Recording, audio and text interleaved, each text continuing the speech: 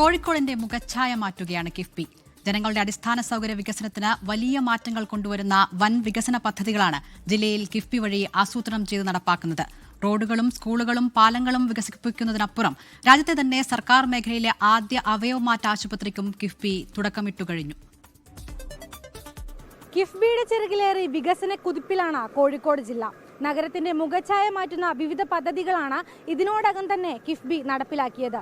ആരോഗ്യം, വിദ്യാഭ്യാസം, ഗതാഗതം, വിനോദസഞ്ചാരം എന്നീ മേഖലകളിലെല്ലാം അനന്ത സാധ്യതകളാണ് കിഫ്ബി തുറന്നിട്ടത്.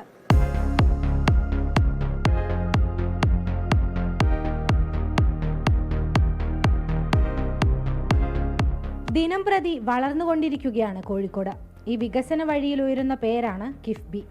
കിഫ്ബി വഴി ജില്ലയിൽ നടപ്പിലാക്കിയതും വരാനിരിക്കുന്നതുമായ പദ്ധതികൾ ഒട്ടനവധിയാണ്. അമേരിക്കയിലെയും ചൈനയിലെയും സമാനമായ ലോകോത്തര സംവിധാനങ്ങളിൽ അത്യാധുനിക സൗകര്യങ്ങളോട് കിടപിടിക്കുന്ന അവയവമാറ്റ ആശുപത്രി ഇതിൽ ഒരു പ്രധാന അധ്യായമാണ്.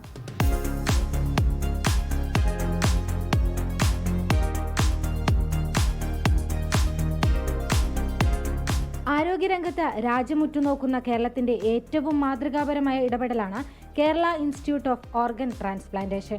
617 കോടി രൂപയുടെ ഈ ബൃഹത് പദ്ധതി കിഫ്ബിയുടെ ധനസഹായത്തോടെയാണ് നടപ്പിലാക്കുന്നത്. ചേവായൂരിലെ 20 ഏക്കർ സ്ഥലത്താണ് സർക്കാർ സംവിധാനത്തിന് കീഴിലെ രാജ്യത്തെ ആദ്യത്തെ അവയവമാറ്റ ആശുപത്രി ഉയരുന്നത്. മുഖ്യമന്ത്രി പിണറായി വിജയൻ തറക്കല്ലിട്ട് ആശുപത്രിയുടെ നിർമ്മാണ പ്രവർത്തനം ആരംഭിച്ചു കഴിഞ്ഞു. ദ്രുതഗതിയിൽ നടപ്പിലാക്കുന്ന ഈ പദ്ധതി 2.5 വർഷം കൊണ്ട് പൂർത്തിയാക്കാനാണ് ലക്ഷ്യം. ആദ്യഘട്ടത്തിൽ ICU, HDU സൗകര്യങ്ങൾ, ഡയാലിസിസ് സെന്റർ, 10 ഓപ്പറേഷൻ തിയേറ്ററുകൾ, 14 സ്പെഷ്യാലിറ്റി ഡിപ്പാർട്ട്മെന്റുകൾ എന്നിവ ഒരുക്കും.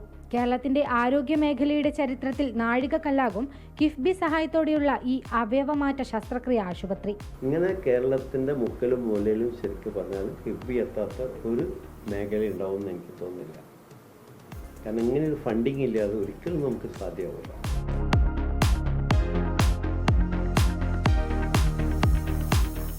നഗരഹൃദയത്തിലൂടെ ഒഴുകുന്ന കനോലി കനാലിനെ ലോകോത്തര നിലവാരത്തിലേക്ക് ഉയർത്തുന്നതാണ് കനാൽ സിറ്റി പദ്ധതി. അരയെടുത്തുപാലം മുതൽ എരഞ്ഞിപ്പാലം വരെയുള്ള ഭാഗമാണ് ആദ്യഘട്ടത്തിൽ നവീകരിക്കുന്നത്. ഇതോടെ യൂറോപ്യൻ നഗരങ്ങളിലേതുപോലെ ജലഗതാഗതവും വിനോദസഞ്ചാരവും സമന്വയിപ്പിക്കുന്ന വലിയൊരു മാറ്റത്തിനാണ് കോഴിക്കോട് സാക്ഷ്യം വഹിക്കാൻ പോകുന്നത്. 1118 കോടി രൂപയുടെ ബൃഹത്തായ പദ്ധതിയാണ് വിഭാവനം ചെയ്തിരിക്കുന്നത്. ചരക്ക് നീക്കത്തിനും വിനോദസഞ്ചാരത്തിനും ഒരുപോലെ പ്രാധാന്യം നൽകുന്ന പദ്ധതിയാണിത്. കോഴിക്കോട് നഗരവാസികളുടെ 4 പതിറ്റാണ്ടോളം പഴക്കമുള്ള ആവശ്യമായിരുന്നു പുതിയ പാലം. ഇടുങ്ങിയ പൊളിഞ്ഞു വീഴാറായ പാലം കിഫ്ബിയുടെ ചിറകിലേറി മുഖം മിനുക്കി. പുതിയ പാലത്തെ മീഞ്ചന്ത മിനി ബൈപ്പാസുമായി ബന്ധിപ്പിക്കുന്നതാണ് പാലം.